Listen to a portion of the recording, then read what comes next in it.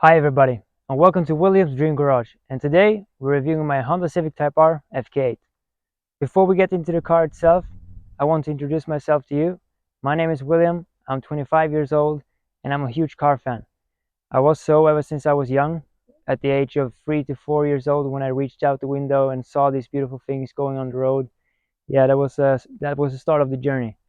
And a bit about myself beside cars. My other hobbies are music. I like to work out. I tend to go for longer walks and big hikes with the family and friends. So I'm a chilled out guy, but cars are definitely my biggest passion in my life. Also sports. I like watching Formula One a lot, especially. That's probably the only sport I follow nowadays. So yeah. A bit about my career. I'm an engineer and I work as one currently. I studied 5 years to eventually take my master's degree in product development slash mechanical engineering with a focus area in PLM, which stands for product lifecycle management. But if we wind back a few years to the point where we got to high school, I chose a technical program because at the time I only knew so much about cars, what kind of engine they had, the 0 to 60 times, top speeds, all that boring stuff that you focused on as a young naive kid. And going into high school, I set this goal to myself to become a car designer by pure aesthetics only. But when you get to the age of 15, 16, 17, you realize so much about yourself. So I figured out that what I want to do is create cars through a functional point of view. As you know, form follows function. So I set this new goal to myself to become an engineer to eventually be able to work at a car manufacturer to produce a sports car such as this one, for example. But ongoing this journey that will take years probably, I had to satisfy myself with cars in other ways. So just before I went into university to study as an engineer, I saved up my first bunch of money and bought my first car, which in fact was also a Honda Civic Type R, but the FN2 generation. It was a 2008 model, which I then sold, and then bought my second sports car, which was a Mercedes C63, the W204, with a big V8 engine in it. And then I sold that to get this. So I had a few sports cars, and actually, when I got my first car, I wanted to start with YouTube because that was where I got my enjoyment and information about cars from. I followed a lot of YouTubers, and some of them I still watch today, which inspired me to be able to put something back into the community. You know, they brought so much joy to me and experience and information about cars I thought that I would never see through this amazing platform, and I figured I somehow should give back to the community in some way. Not that a Honda Civic Type R FN2 is a Ferrari or McLaren, but you know, those cars have their place too, and there's people dreaming about them too, just as I did. So yeah, but I never dared to because I was younger and putting out videos in the beginning, let's be honest, it's only the local folks that would watch it in the beginning, and you kind of make a fool out of yourself. But now I think I've gathered enough of courage to actually start and give it a try. So yeah, here we go. So if you find this interesting, like, subscribe, and comment, and let's shape this channel together, because this is a very, very early start of this channel. And the few ones of you that are watching, please stay here and let's build this into something that we can enjoy together. So yeah, here we go.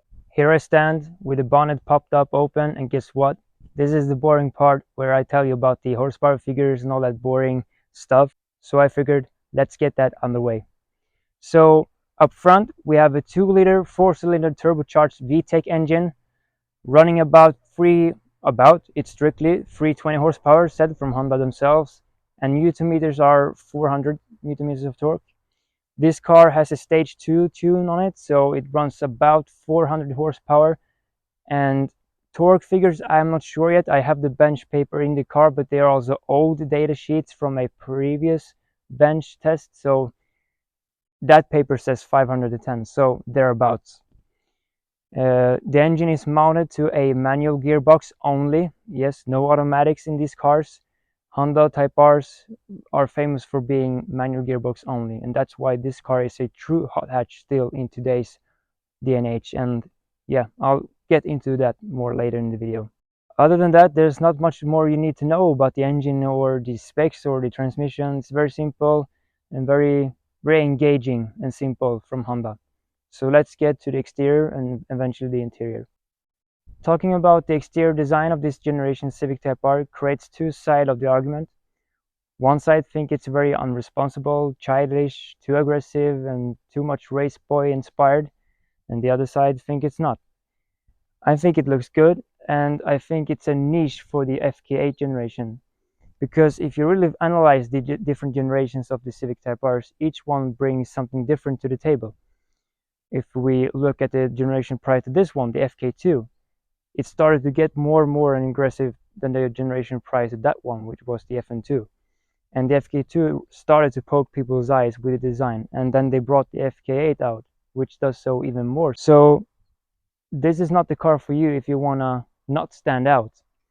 And you really notice that Honda took this argument beef into consideration when they brought out the FL5, because the FL5 keeps the new introduced Civic look that was with the FK8 and tuned it back a bit to suit more people's taste. But it's really fun in that way how Honda has created these different niches with the different generations of the Civic Type Rs. Starting up front, we get greeted by this very mean looking front end. At the bottom, we have a fake carbon fiber front splitter, OEM from factory. Underneath it, I've added a aftermarket front splitter with the struts going into the bumper to get a more racy inspired look. I think it suits the car's design very well, and it helps to give it a lower look. I love the red Honda badge, by the way, which tells you that it's a Civic Type R. Making our way down the side of the car, we get greeted by these very good looking wheels. These are not original, these are Koenig wheels in gunmetal gray. So we have gray and gray in this case, and I think it looks really well. Inherently, I'm not a fan of dark colored wheels because I think it kind of hides the design of the wheel against the black tire wall, but in this case, it looks really good.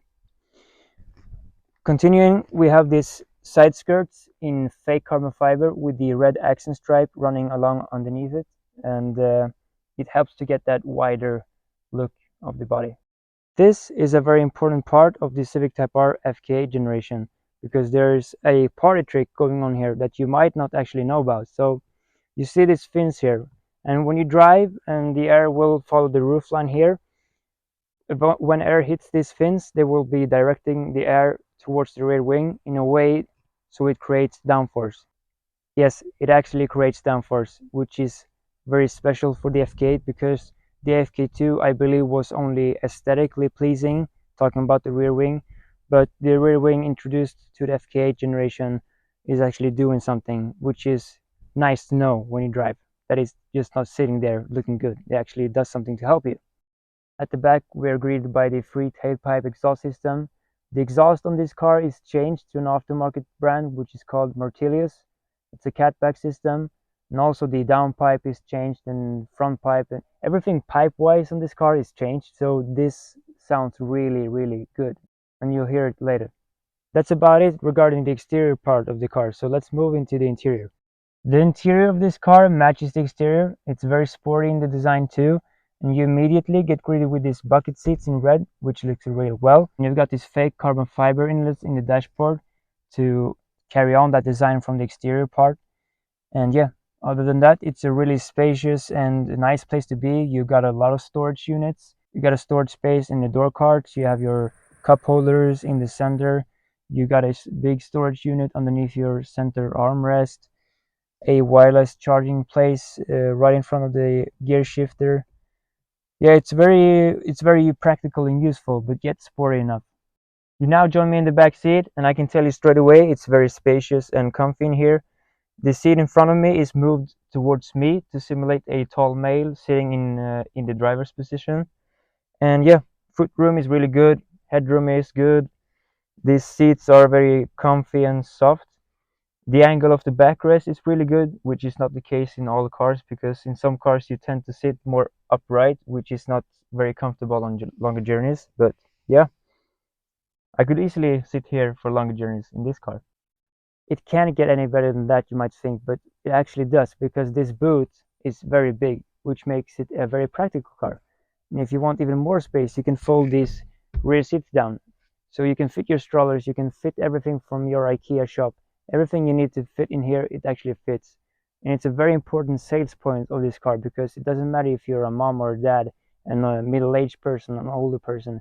Everything you want to do with this car, it can do it. And that's a very good feature about this car. We have now covered the interior, the exterior, and the datasheet and the specs of the car, so let's hop on in and go for a drive. So here we are driving the Civic Type R, and you get your three driving modes. It's Comfort, Sport, and then your R Plus mode. Running along in Comfort mode is very calm and easy. The dampers are soft. The auto rev match system is dialed back a bit to not be too active and interrupt your driving. The steering feel is very light and nimble. It's not heavy to maneuver.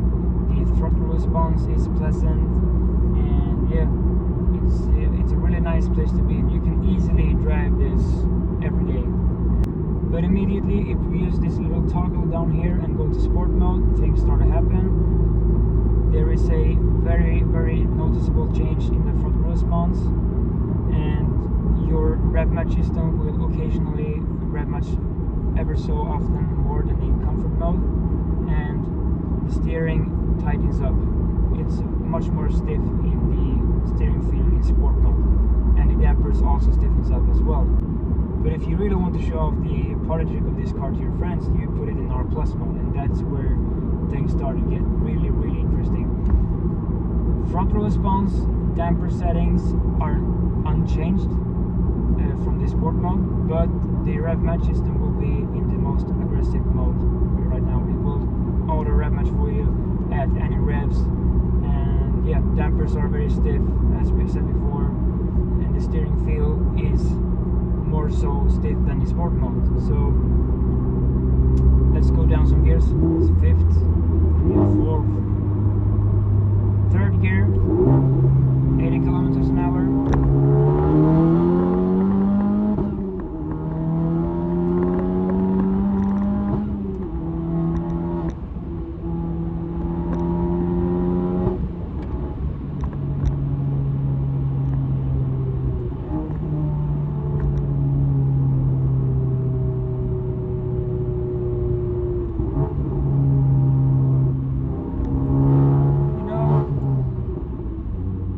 Type R's were always great in the corners. I just went through some B-road corners, and this car is so much fun, and there's so many reasons why I would choose this one over any other hot hatch on the market.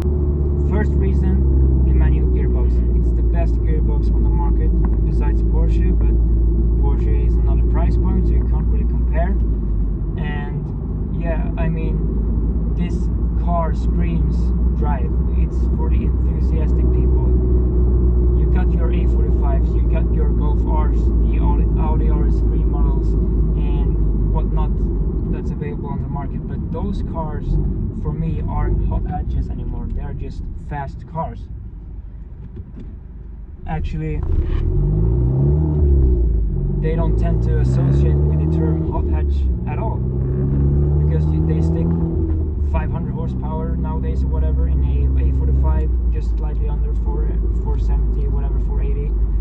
It's very fast, 0 to 60, and it's all very fun and Mercedes-esque and whatever brand you're going with, but they're just not very fun compared to a driver's car such as this. And if you look at the market, the Hondas are basically your only option if you want a true driver's car, because the Ford Focus RS is discontinued, the Megane RS is discontinued, so I'm sure there's one or two other options, but not in the league that the Type R is. This one is a proper bit of kit. It's very capable, and it's very, very, very fast. And if you tune these cars to sit about 400 horsepower, you got every car you ever need. I mean,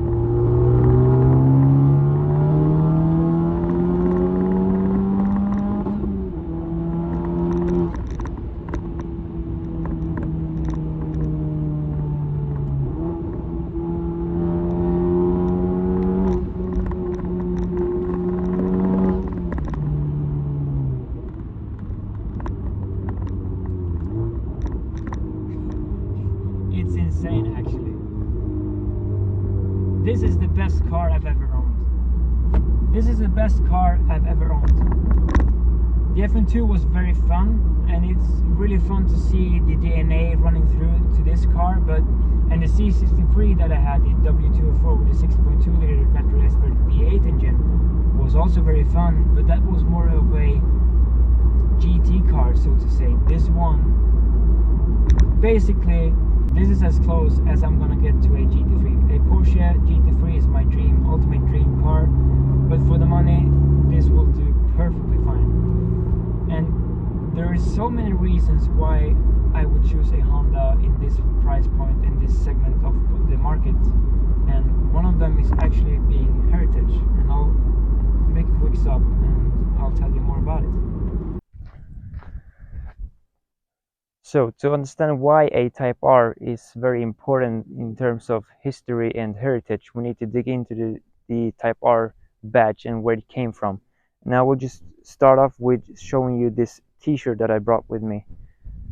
It says Marlboro there, and you have on the back side again Honda Marlboro with the Shell logo at the bottom. And you might wonder what this has to do with the Type R badge. Well, it actually has a lot to do with it, because the Type R badge is your equivalent to your BMW M products or your AMG products, and the Type R badge was actually born in the early 90s when Honda brought out the flagship car, the Honda NSX. And at the same time, in that period, things were going really well for Honda in motorsport, because they supply the engine for the McLaren F1 team. So Honda actually has a great history in motorsport, and the partnership in this time with McLaren is a very famous and significant partnership in Formula One history. And no other than Ayrton Senna was the driver for the car. I think the most memorable car of them all is the MP4-4, and maybe most recognizable with this combination of logos. That car communicated with the partnership between Honda, McLaren. You had the Marlboro logo on it, and also Shell. So at the time they were doing their part in Formula One, and when they brought out the NSX 2 years or 3 years later, I think in 1992, they brought out the Honda NSX R, which was essentially the birth of the Type R badge, which came to start with the EK9 and onwards to the FL5 we have today. And that's why I think the Type R badge is way cooler to be a part of than any other equivalent piece of car, because yeah, it's got proper racing history. Like, this car basically has the DNA of Ayrton Senna, because Ayrton was surely in the mix of developing the NSX-R, and that in combination with the McLaren and Honda partnership and Shell and Formula One, yeah, that's why this car is so good. So we'll just finish up with some flybys for you, and then we'll call it a day.